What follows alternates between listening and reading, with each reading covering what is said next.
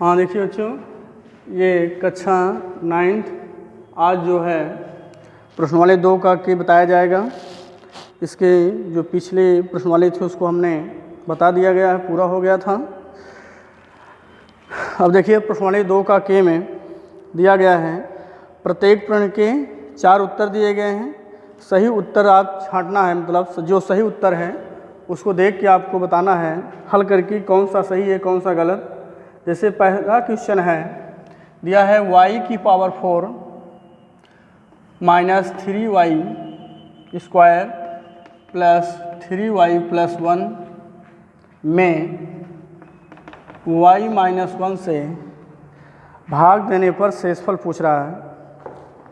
ध्यान दीजिएगा, क्वेश्चन प्रश्नवाले 2 का के क्वेश्चन नंबर 1 में दिया गया है y की power 4 minus 3y square plus 3y plus 1 में अगर y माइनस 1 से भाग दिया जाए तो उसका शेषफल हमें ज्ञात करना है कि इसका शेषफल क्या होगा।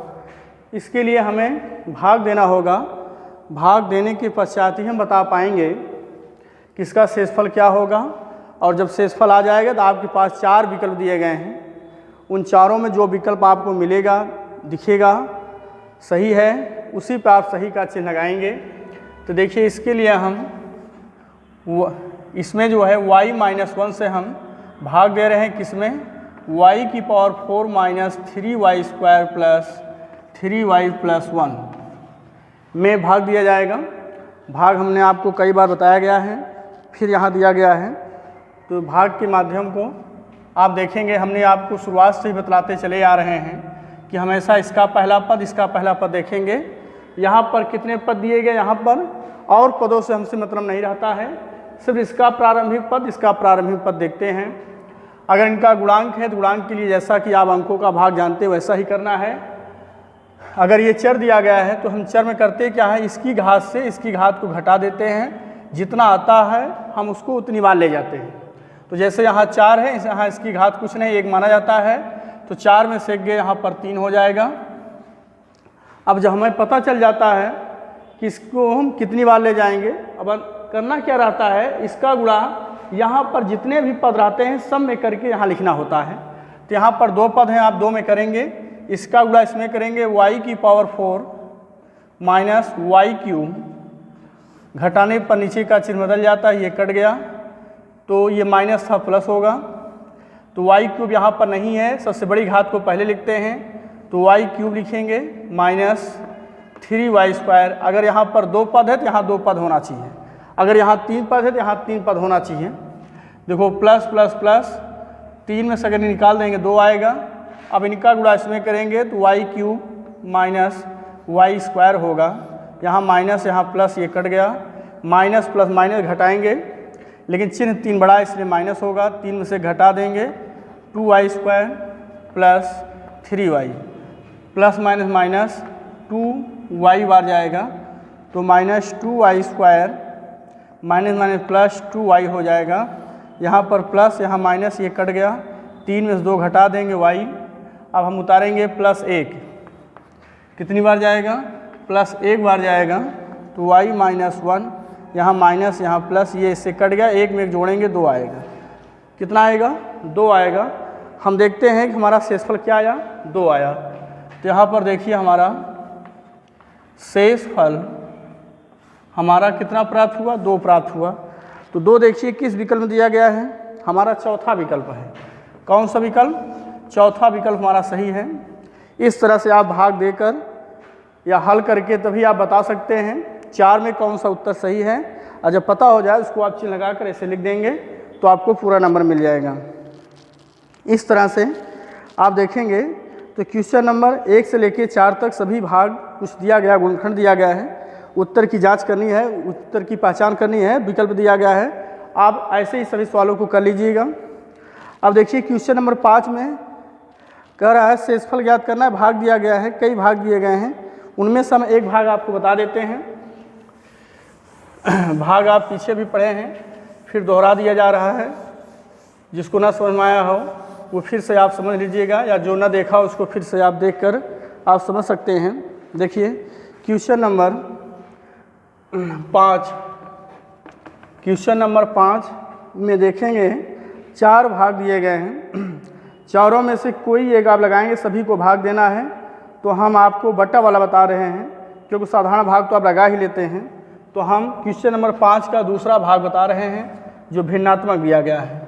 तो x माइनस 1/2 से भाग देना है किसमें, x³ plus 3x² plus x plus 3x plus 1 दिया गया है। इसमें भाग देने के पश्चात आपको शेषफल ज्ञात करना है। और क्या बताना है आपको, शेषफल। तो देखिए भाग निरंतर आप देखते ही चले आ रहे हैं। हमेशा हमने आपको बताया है कि हमेशा आप पहले पद को देखेंगे, ना कि दूसरे पद को देखेंगे। तो हम देखते हैं कि हमारा ये पहला पद x है और यहाँ हमारा पहला पद x³ है। तो भाग के लिए हम घात को घटाएंगे, 3 में से 2 अर्थात x² बार जाएगा। कितनी बार जाएगा, x²। 3 का गुणा इसमें करेंगे, x³ minus plus minus 1/2 x² होगा। यहाँ माइनस हो जाएगा, यहाँ प्लस, ये इससे कट गया।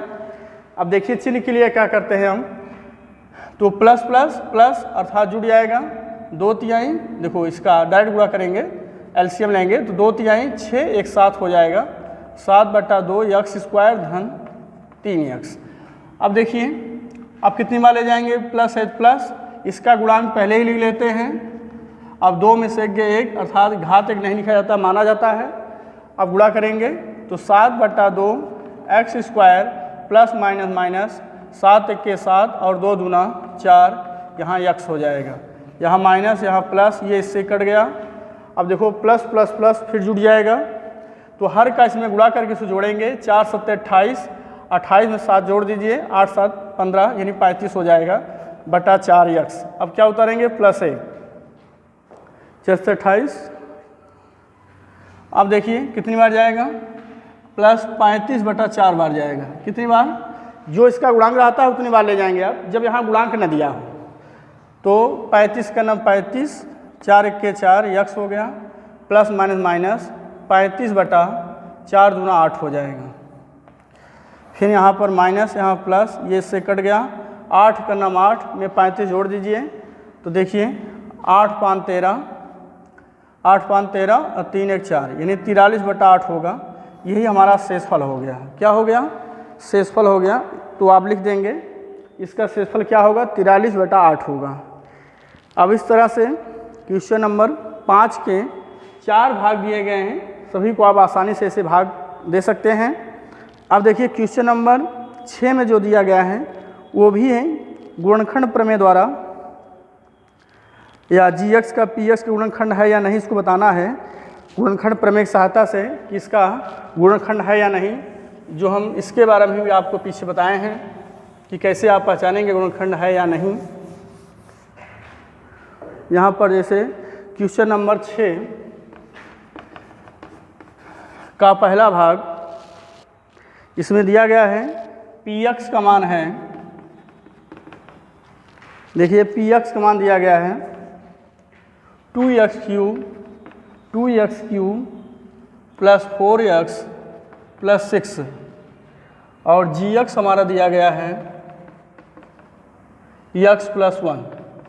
इसमें कहा है बहुपद युग्मों में गुणनखंड प्रमेय द्वारा ज्ञात कीजिए क्या gx जो है px का एक गुणनखंड है।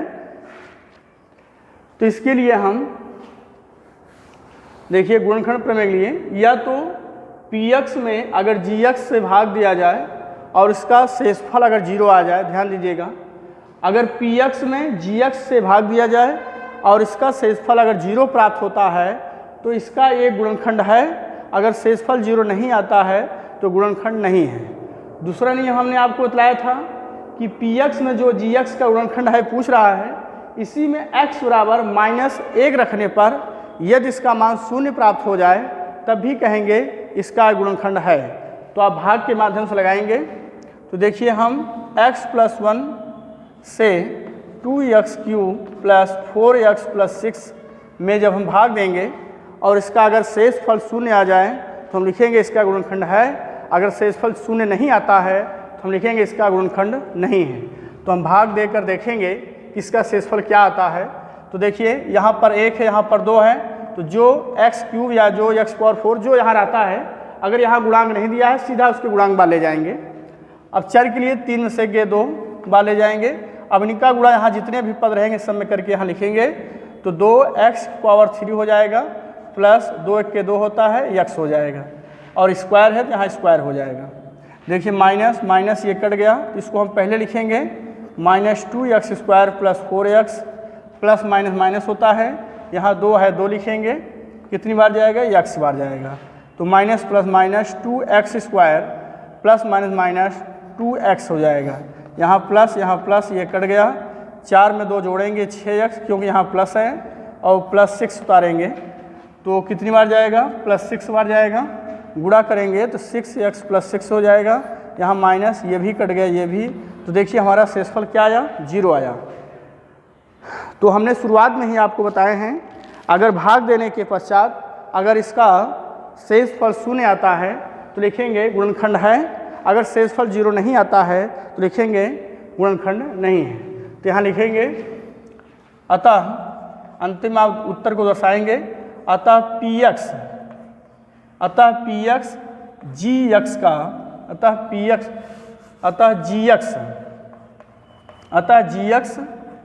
px का एक गुणनखंड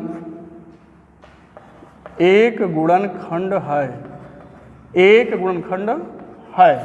अब ऐसा उत्तर में दर्शा देंगे अंतिम में कि gx का जो मान है px का जो मान दिया गया बहुपद अगर उसका गुणनखंड अगर करते हैं तो उसके गुणनखंड में एक गुणनखंड x प्लस 1 जरूर आएगा। अगर इसका शेषफल 0 ना आया होता तो gx जो मान है px का अगर हम गुणनखंड करते तो उसमें वह मान नहीं आता। तो इसके कितने गुणनखंड होंगे, इसकी घात 3 है तो इसके खंड 3 होंगे और उन तीनों में से एक क्या हो गया, क्या आया x प्लस 1। तो इस तरह से आप देखेंगे क्वेश्चन नंबर 6 के कुल 6 भाग दिए गए हैं और 6 भाग को आप आसानी से हल कर सकते हैं भाग के माध्यम से। सिर्फ आपको बताना है कि गुणनखंड है या नहीं, इसके लिए हमने आपको एक क्वेश्चन लिख कर आपको समझा दिया गया है, अच्छे से बतला दिया गया है। आप ऐसे ही करके सभी क्वेश्चनों के सॉल्व करके आप अंतिम में देखेंगे कि अगर शेषफल 0 आता है तो लिखेंगे कि gx px का एक गुणनखंड है, अगर शेषफल 0 नहीं आता है तो आप लिखेंगे gx px का एक गुणनखंड नहीं है। सिर्फ आपको ही बताना है गुणनखंड है या नहीं, इसके लिए आप भाग देकर आप पता कर सकते हैं कि इसका गुणनखंड है या नहीं, जैसा कि हमने आपको एक क्वेश्चन लिखित करके हमने आपको बतलाया है। अब देखिए हम आपको क्वेश्चन नंबर 7 में भी आपको बता दिया जाता है। क्वेश्चन नंबर 7 में देखिए क्या दिया गया है, इसमें लिखा है कि यदि px बराबर x² plus x plus k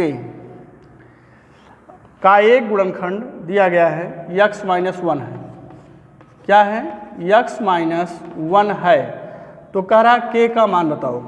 ध्यान दीजिएगा सवाल को, ऐसे सवाल परीक्षाओं में बहुत पूछे जाते हैं। कह रहा है यदि px बराबर जो है x² plus x plus k है और उसका एक गुणनखंड x माइनस 1 दिया है, उसका एक गुणनखंड क्या है x माइनस 1 है, तो कह रहा k का ऐसा कौन सा मान है जिसे रखने के बाद अगर इसका हम गुणनखंड करते हैं तो उसका एक गुणनखंड हमें x माइनस 1 प्राप्त होना चाहिए। तो इसके लिए हम करते क्या हैं, हमने बताया अगर कोई भी बहुपद किसी बहुपद का अगर एक गुणनखंड है तो इसका मतलब वह शून्यांक के बराबर होगा। तो हम इस बहुपद में हम px को 0 के बराबर करेंगे और उसी बहुपद में हम x बराबर क्या रखेंगे 1 रखेंगे, तो उसका मान 0 होना चाहिए क्यों गुणनखंड है। तो हल करेंगे तो हम k का मान प्राप्त कर सकते हैं।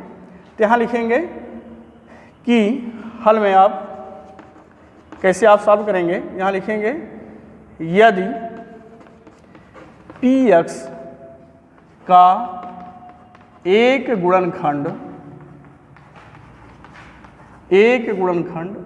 x माइनस 1 है, तो गुणनखंड है तो px बराबर क्या होता है 0। अब px का मान हमारा दिया है x² plus x plus k बराबर 0 में x बराबर क्या रखेंगे, माइनस है तो प्लस, प्लस है तो माइनस रखेंगे, x बराबर 1 रखने पर हमेशा ये ध्यान दीजिएगा, इसका गुणनखंड है तो उसी में x बराबर क्या रखेंगे, 1 रखेंगे, क्योंकि यहाँ माइनस दिया, पक्षांतर करेंगे 0 के बराबर करेंगे तो x बराबर हमें 1 प्राप्त होगा। अब जहाँ जहाँ इसमें x से हम 1 रख के हल करेंगे तो देखिए 1 का स्क्वायर प्लस के बराबर किसके, 0 के, सरल कर देंगे, 1 के बराबर करेंगे 1 होगा, यहाँ पर 1 तो के बराबर हमें मिल गया 1 1 2 उधर जाएगा -2। तो देखिए हमें के का मान कितना मिला, -2 मिला। तो के यही पूछ रहा था, के का मान ज्ञात कीजिए। तो देखो इस तरह से हमने के का मान ज्ञात कर लिया है। और इस तरह से कभी भी क्वेश्चन अगर कोई पूछता है तो आप ऐसे ही सॉल्व करेंगे जैसा कि हमने क्वेश्चन नंबर 7 को आपको बताया है। अब देखो अगला क्वेश्चन क्या कह रहा है, इसमें हम पढ़कर आपको बता रहे हैं और हल भी करेंगे। देखिए क्वेश्चन नंबर 8 में है, क्वेश्चन नंबर 8, इसमें लिखा है कि x square plus P x plus Q और x स्क्वायर प्लस यम एक्स प्लस n का एक गुणनखंड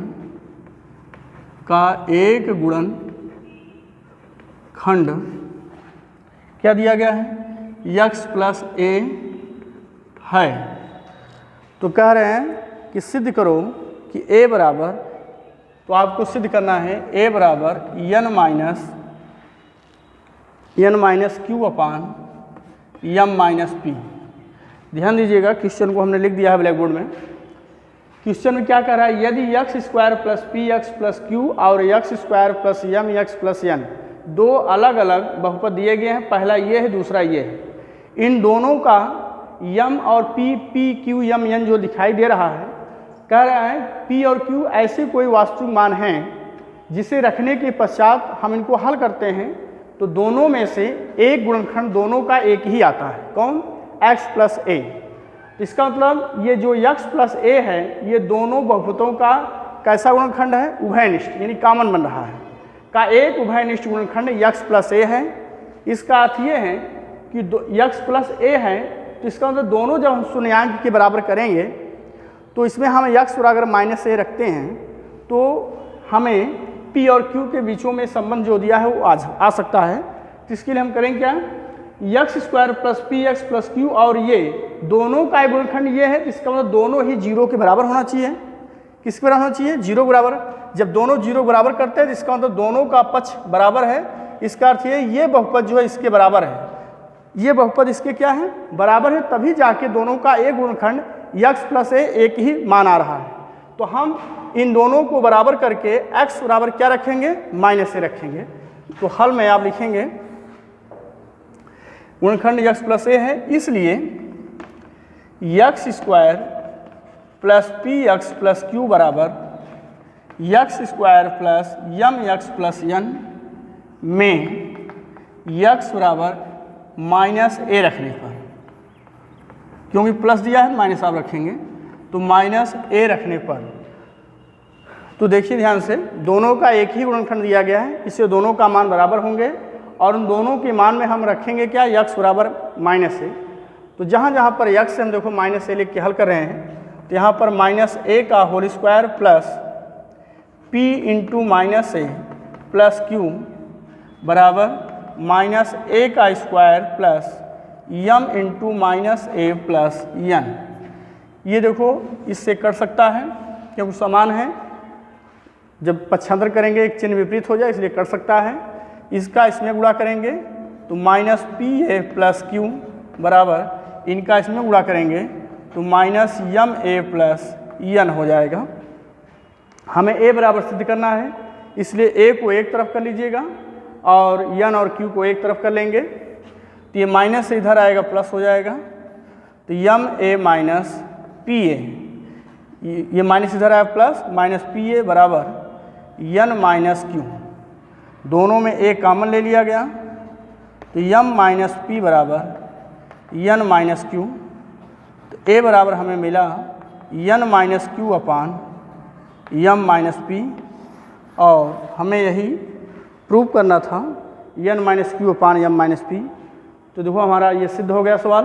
इसमें कहा गया था कि दोनों बहुपदों का एक गुणनखंड x प्लस ए है, तो सिद्ध कीजिए कि a का मान क्या होना चाहिए, n माइनस क्यू अपान m माइनस पी। देखो इस तरह से उभयनिष्ठ दोनों का एक ही गुणनखंड है, इसे दोनों को बराबर करेंगे और x बराबर क्या रखा गया, माइनस ए रखने के पश्चात देखो हमने a बराबर क्या पाया, n माइनस क्यू अपान m माइनस पी, और यही सिद्ध करना था।